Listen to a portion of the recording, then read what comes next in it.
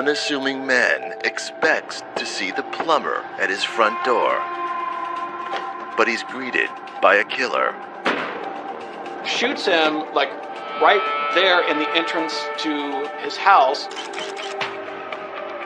A total of 5 shots were fired. It seems so random that it terrifies the city. Police link this murder to another years earlier. Is there a serial killer on the loose in the nation's capital? The entire Metro Washington area is in shock. Authorities have to find the killer before there's another knock on the door.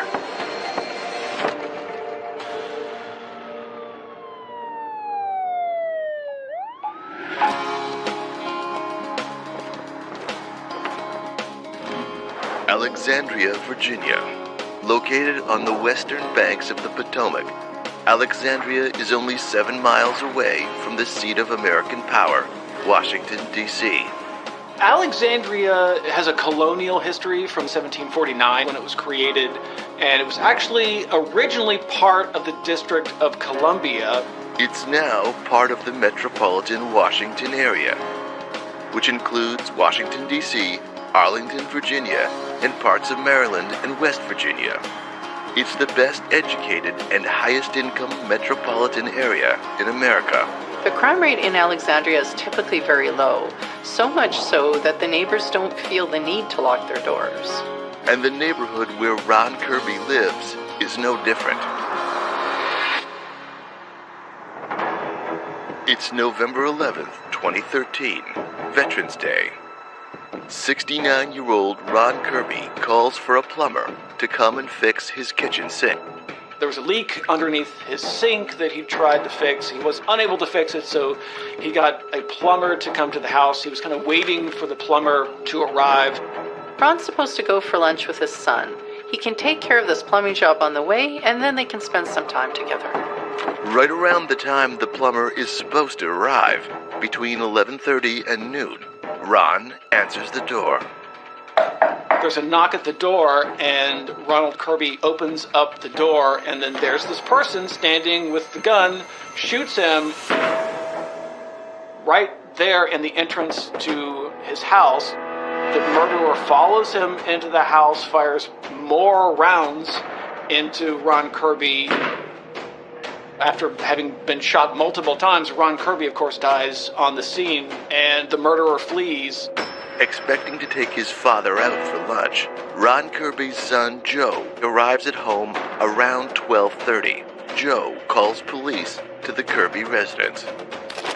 When police arrive, they discover Joe covered in blood and Ron dead on his living room floor. Ron has been shot 3 times, twice in the chest and once in the hip. But 2 other shots were fired that missed him.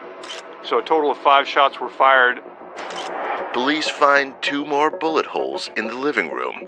One is in a piano. Another on a radiator. At this point, police know the shooter has fired at least 5 shots. Who is Ron Kirby, and who would want to kill him like this?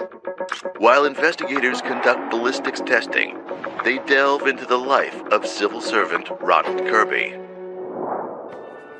Ron Kirby was a director of transportation planning for the Council of Governments, a nonprofit organization. The Metro Washington Council of Governments represents 24 local governments in the region, working in collaboration to improve the ever-expanding metropolitan Washington area with a population of over 6 million. He played a very key role in the planning for the Woodrow Wilson Bridge, which connects Maryland to D.C. as part of the Beltway that runs out around Washington, D.C.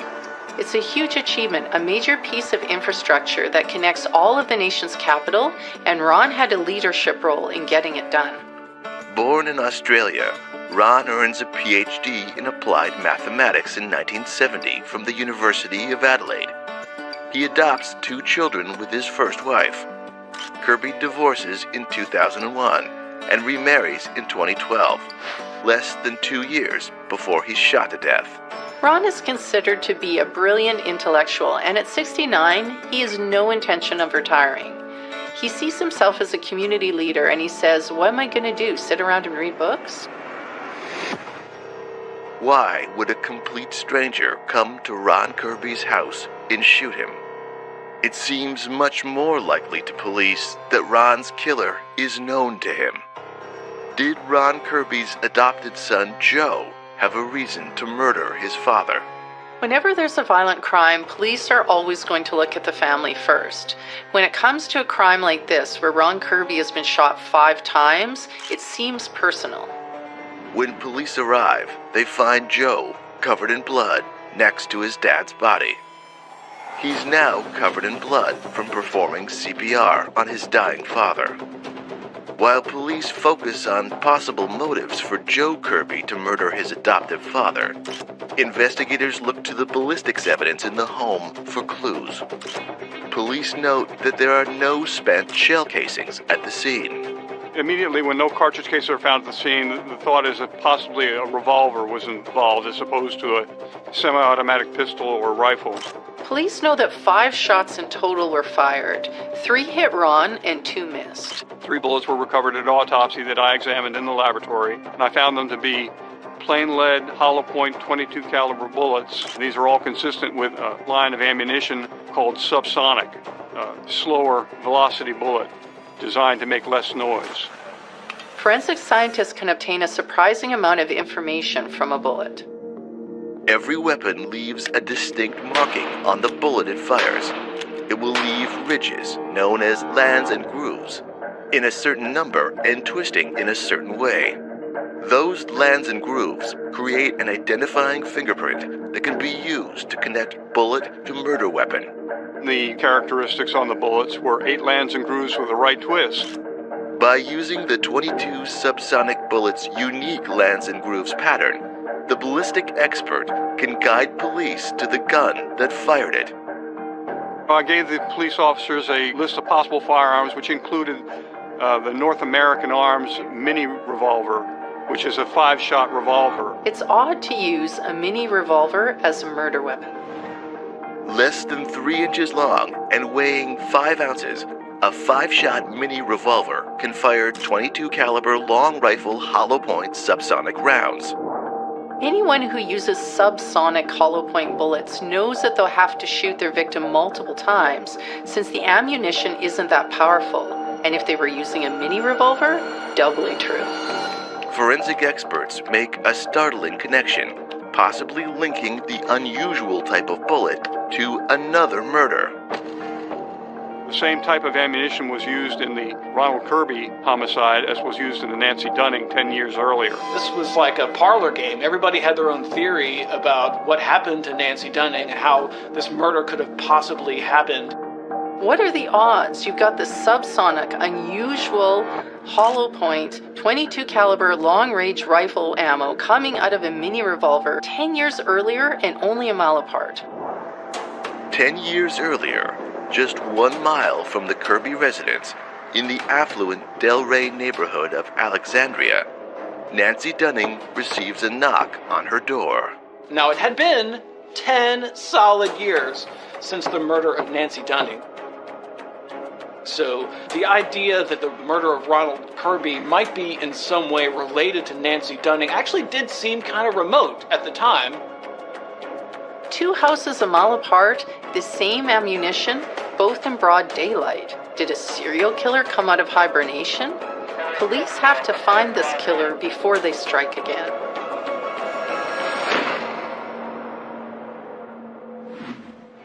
The police usually look at their spouses. Usually a person who's murdered is killed by somebody they know. She happened to be the wife of the sheriff in Alexandria. Did the suspect wear gloves, or did the supposedly law and order sheriff murder his own wife?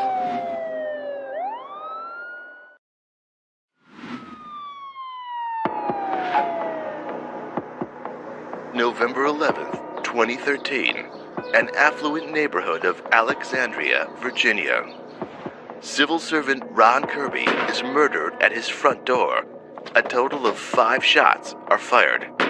Ballistics experts link the ammunition to a murder 10 years earlier and only 1 mile away. December 5th, 2003. When Nancy doesn't show up for a lunch with husband Jim and son Chris, they go back home to check in. I think it was like 11:30 that day. She was a no-show, and she was very punctual. This is not someone that you would expect to be late, so they knew that immediately something was wrong. The front door is left open. What the husband and son discover inside is documented in a chilling 911 call. Alexandria Police, 911. I need help now. What's wrong? What? What's wrong? Oh my God, Dad! Something's wrong with Mom! Oh my God! Hello? Yes! What's wrong? Somebody came and attacked my mother or something, I don't know! Is your mother breathing? No, I don't know! I don't know! Okay, what do you see? I see blood! She's been cut or something! Okay, cut where? I don't know! I don't know! Okay. They're obviously distraught about the situation, and it was, lots of blood. It was everywhere.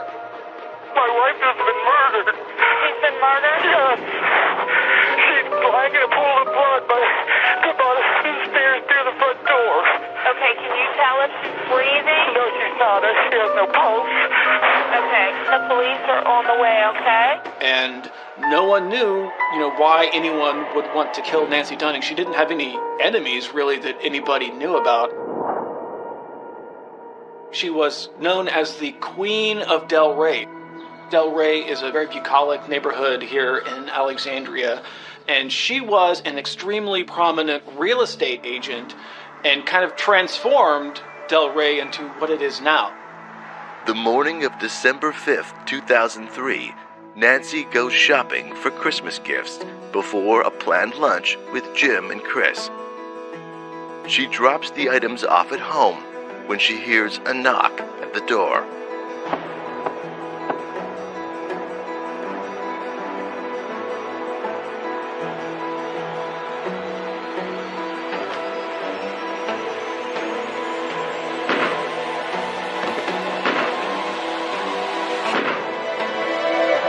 Nancy Dunning is shot in the chest, arm, and ear. Nancy Dunning had been shot 3 times. The bullets were unusual in that I had never seen them in the laboratory before in my entire career. They were plain lead hollow point bullets made by Remington. So a similar type of ammunition that was used in the Ronald Kirby homicide and the Nancy Dunning homicide. In terms of evidence, it's not like there were fingerprints or DNA or anything like that. The real chief bit of evidence was the ammunition, the rounds that were found. Detectives also find a receipt and a bag from Nancy's shopping trip that morning. She was doing some shopping to get sort of Christmas gifts for this charity that she was involved in. No one knew, why anyone would want to kill Nancy Dunning. She was extremely popular, well-loved person. She also happened to be the wife of the sheriff in Alexandria, Jim Dunning, who was an elected sheriff. Whenever somebody is murdered, the police usually look at their spouses very closely because usually a person who's murdered is killed by somebody they know. There are no fingerprints or DNA evidence that would suggest a stranger was there. Did the suspect wear gloves when he knocked on the door? Or did the supposedly law and order sheriff murder his own wife? Here in Alexandria, rumors were just swirling about the possibility that he might have either done it or been involved in hiring a hitman to do it. People were very frightened and people were very upset and people had a very high anxiety for years and years and years. Sheriff Jim Dunning is interviewed by police, but he has a clear alibi and no motive can be found. Jim is quickly cleared by police, but in the public eye, rumors continue to swirl. The fact that it was unsolved for so long led to all kinds of rumors and speculation. Then it just dragged on for years and years and years as an unsolved mystery. This would all change 10 years later when Ron Kirby is shot at his front door in the middle of the day. I was able to identify some of the bullets together in the Ronald Kirby homicide, but when I cross-compared them to the Nancy Dunning homicide, I could not associate them. They had similar class characteristics, the number of lands and grooves and the direction of twist, the width of the lands and groove impressions, but the microscopic markings were different. which would mean either a different firearm of similar nature was used or a dramatic change had happened to the interior of the barrel of the firearm between these two homicides. This would completely befuddle investigators. The bullets are so unusual, and yet they come from different guns. They did not have DNA evidence. They did not have fingerprint evidence. All the circumstantial evidence they had was the forensic evidence here.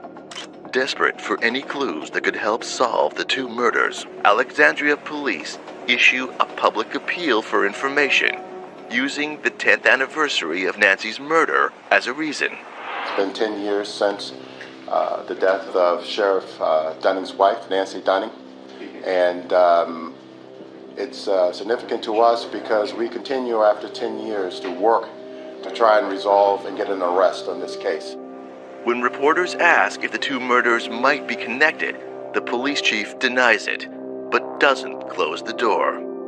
There are some eerie similarities. The area, the time of the year, no forced entry into the home, that kind of thing. My detectives have looked at that. It was natural to look at any type of parallel issues associated with the cases. Where some exist, we have no reason today to think that those two cases are connected. When the death of Ron Kirby happened, there weren't really a lot of people that were making the connection with the murder of Nancy Dunning, although it did seem suspicious to some people that it happened right in the middle of the day. It was a knock at the door, unsolved mystery. It actually did raise some suspicions. We did indeed look at that, but we don't close the door on those possibilities. The Kirby investigation is fairly fresh for what we've just had. That tragedy just occurred. We're working diligently around the clock with my investigators on that right now. Now the chief has sent a clear message. If there is a link, if there is a serial killer that's become active in Alexandria, they are looking at it. But can they catch the killer before there's another victim? I hope someone who hears this message will rethink their role in this investigation, whether it be a witness, certainly if somebody had a role in the actual murder itself. It's almost exactly 10 years between the first murder and the second. Most people did not make that connection between the murder of Nancy Dunning and the murder of Ronald Kirby. It wasn't until the third murder that people started putting those pieces together. It will take only weeks before the killer strikes a third time, less than a mile away from the other two shootings. This time, things don't go as expected for the killer.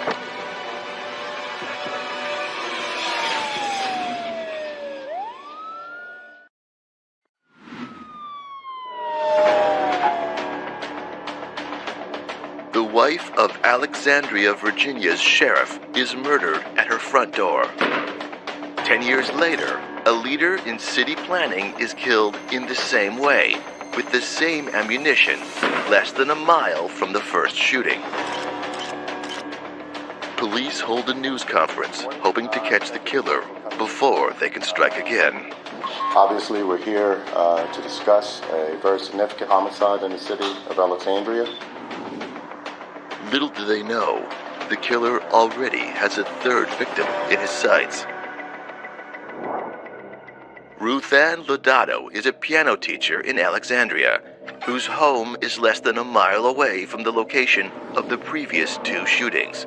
It was just a few months later, a similar situation, right in the middle of the day, broad daylight. Knock at the door. She opens the door. Was it something personal about Ruth Ann that made her the third target?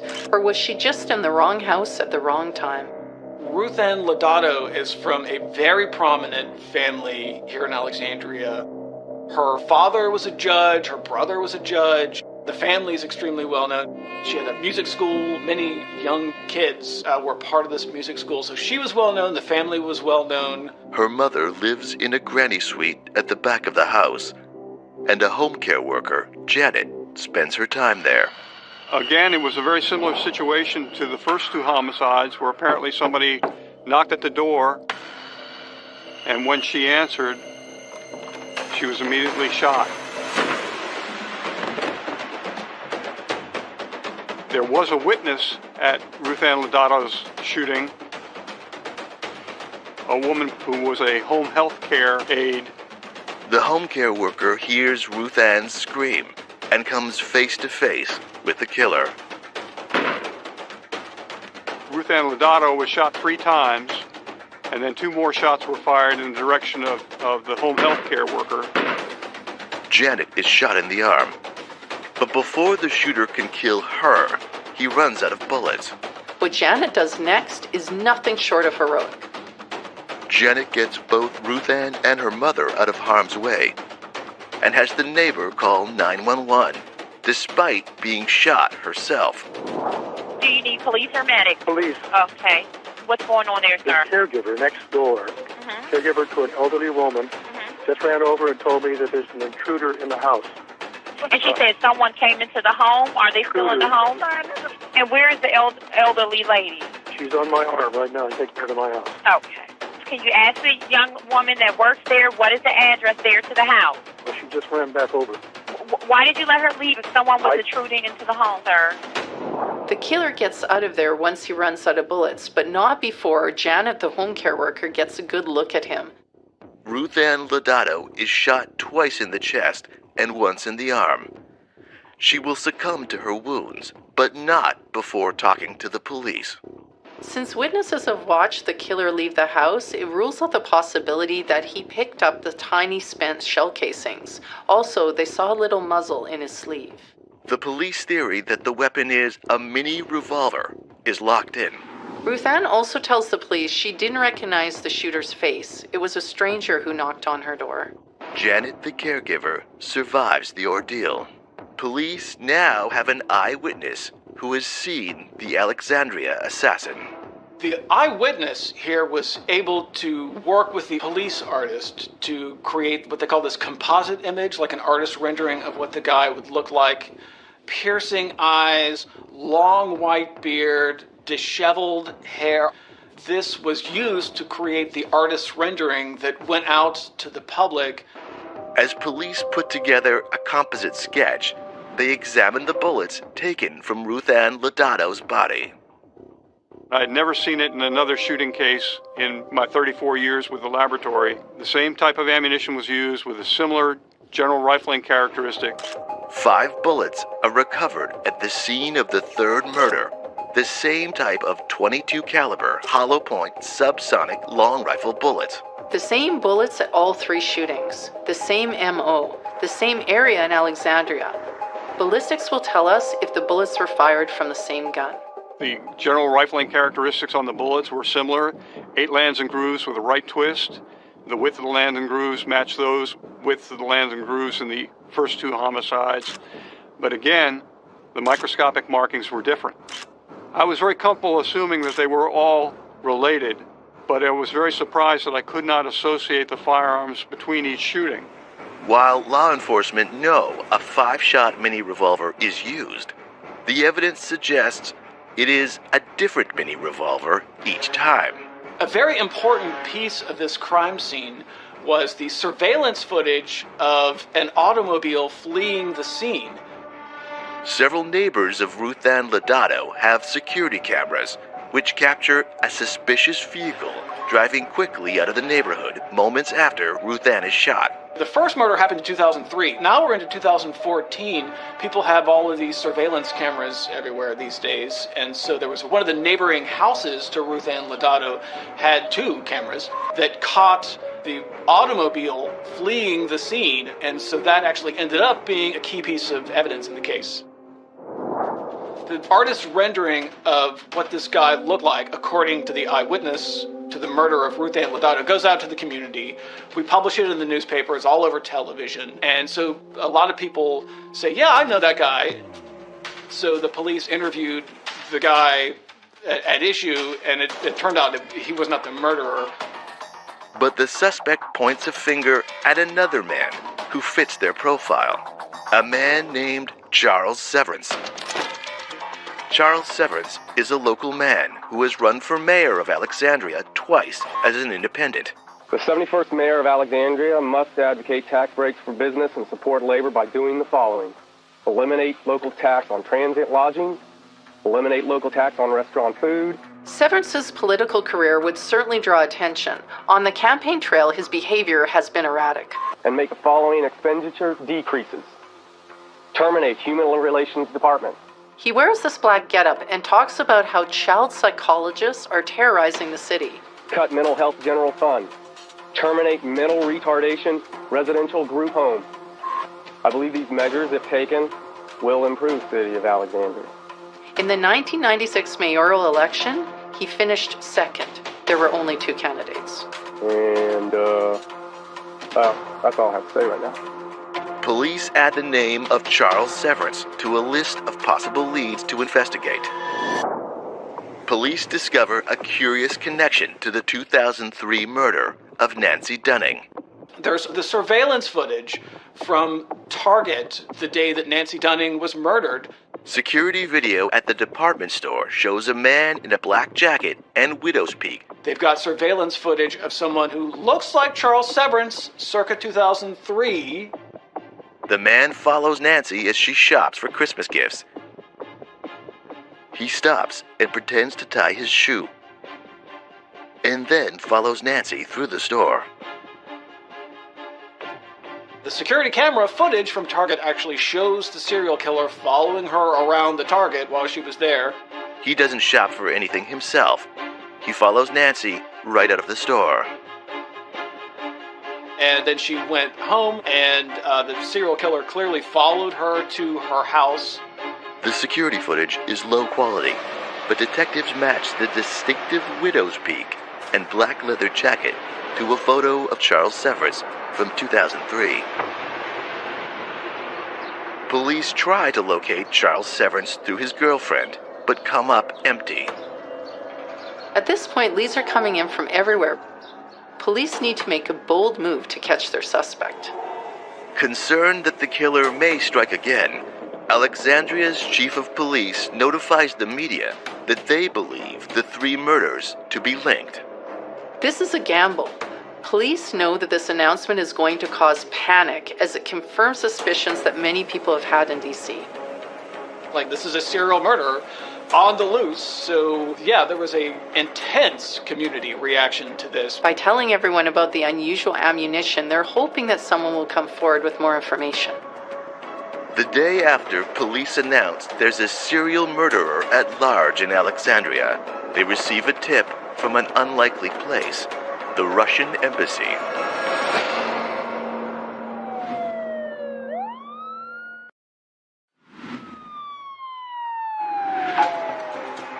March 2014.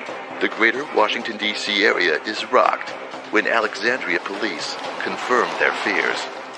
3 seemingly random murders are linked. The day after police appeal to the public for help locating a serial killer, Charles Severance rides his bike to the Russian embassy. Claiming political persecution by the city of Alexandria, Severance seeks asylum from Russia by sneaking into the compound, but U.S. Secret Service agents turn him away. They ask him questions and take his picture, but they don't have anything to charge him with, so they have to let him leave on his bike. But out of curiosity, they follow him. The agent identifies Severance from his passport and remembers the composite image of the Alexandria assassin, along with a description of the suspicious vehicle caught fleeing from the scene of Ruth Ann Lodato's murder. If they had been able to search his vehicle here, who knows what they would have found? The Secret Service files a report with Alexandria police, and the focus of the investigation turns to Charles Severance.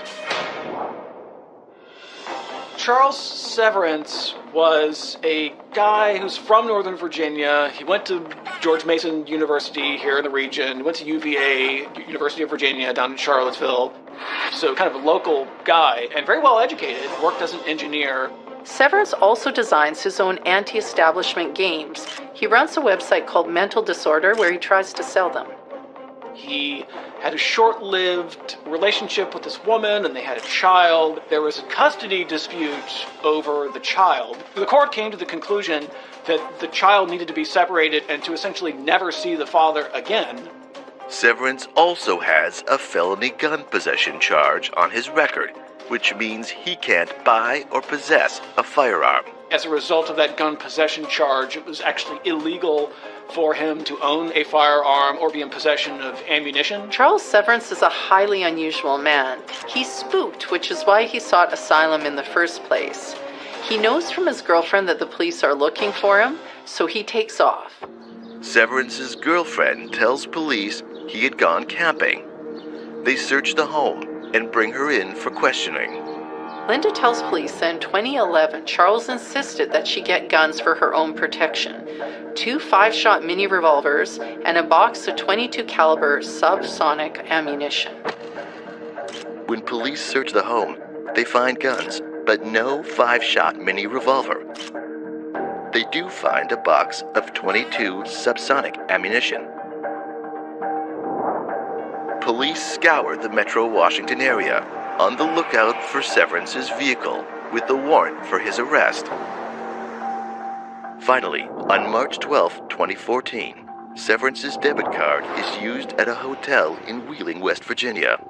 Police are sent surveillance footage of Severance checking into the hotel. He's dressed the same as he was at the Russian embassy.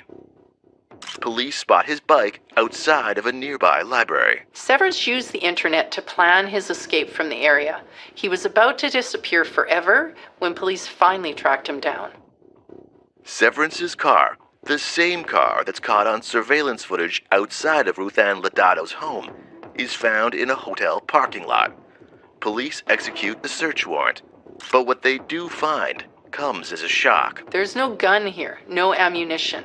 But there is a gun cleaning kit and a bunch of latex gloves. There's a black jacket, and they would discover what has become known as Severance's Manifesto of Hate. Police find journals that Severance keeps, which detail his rage at what he feels is an elite that has taken his son from him. There are hundreds of pages detailing Severance's rage at the police, court system, city of Alexandria, and belief in violence. He recounted his innermost thoughts about the court system and his grudge against the court system and how he blamed Alexandria society for being separated from his child. Violent thoughts about murder and doing harm to people who he felt had wronged him. The writings of a violent, deranged man. Severance calls himself a noble savage, chopping out a homestead in the backwoods of America.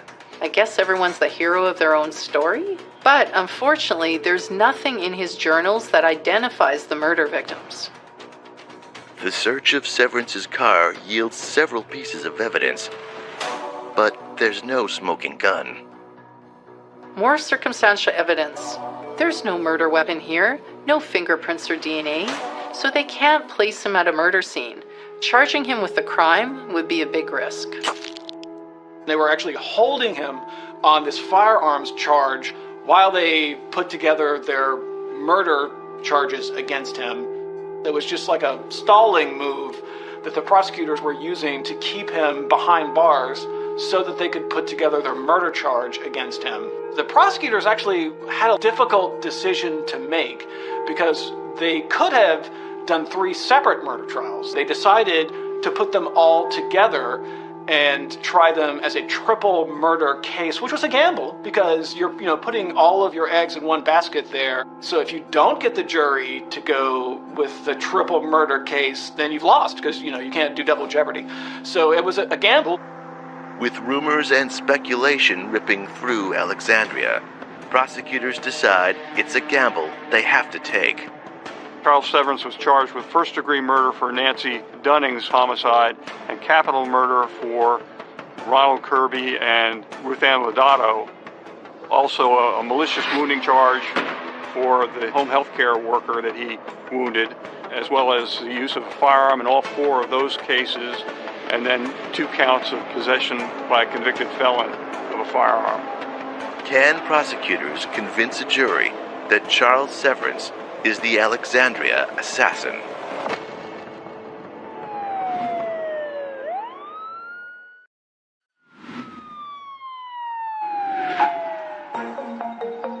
In 2003, prominent real estate agent Nancy Dunning is shot at her front door. 10 years later, and a mile away, Ron Kirby, as senior transportation planner, suffers the same fate. A third victim, beloved piano teacher Ruth Ann Lodato, is shot and killed at her front door in the same neighborhood as Kirby and Dunning. 3 murders, all in broad daylight, all with the same subsonic hollow point ammunition, with similar guns, but not the same. Prosecutors charged local politician Charles Severance with the shootings. The defense goes for a scattershot approach to creating reasonable doubt. They point out that Severance doesn't look like the composite sketch, when clearly he's trying to change his appearance. They also want to call his sanity into question, which may explain his outbursts in court. Prosecutors use Severance's own words from his notebooks to link him to the murder weapons used in the crimes. Police purchased 3 North American Arms 22 caliber mini revolvers and 500 rounds of subsonic ammunition. The 5-round stainless steel with the wooden grip is small and easily concealed. Thou shalt kill, and vengeance is mine, saith the Lord. Hollow point and below the speed of sound is sweet music and very effective. Violence wins. The notebooks that show the internal workings of his mind actually were very important because they sort of showed you that this was someone not only in possession of this very specific kind of ammunition, but also someone who had the mental workings of a serial killer. One passage in his notebook reads, knock, talk, enter, kill, exit, murder, wisdom. This is all very disturbing, but prosecutors still need to convince the jury that Severance had a reason to target his 3 victims. Prosecutors show the jury the signature at the bottom of the custody order that took Charles Severance's son away from him. The signature of Sheriff Jim Dunning. Now we've got the murder of the wife of the sheriff. We've got a murder of the guy who was responsible largely for the construction of the Woodrow Wilson Bridge, which Charles Severance actually campaigned against when he ran as mayor. And we also have the murder of the sister of a prominent judge. I received a total of 13 bullets from the 3 different homicides that I had to talk about, as well as clothing from one of the victims for examination. There were a couple of fired cartridge cases that were collected from one of the residences where Charles Severance had been living. I examined those, and all these things I testified to at trial. Despite the forensics connecting the ammunition to Charles Severance, there's still the issue of the murder weapons. I could not identify all the bullets together, and I couldn't identify the same gun having been used in all 3 cases, but that, in fact, went the way the prosecution wanted it to, because they had evidence that he had 3 different similar type firearms. A few months after the murder of Nancy Dunning, police confiscate a concealed weapon from Charles Severance at a traffic stop. One of the weapons that he had in his possession was a North American Arms mini revolver, which is believed to have been the murder weapon from the Nancy Dunning case, but there was nothing to tie him to that at the time.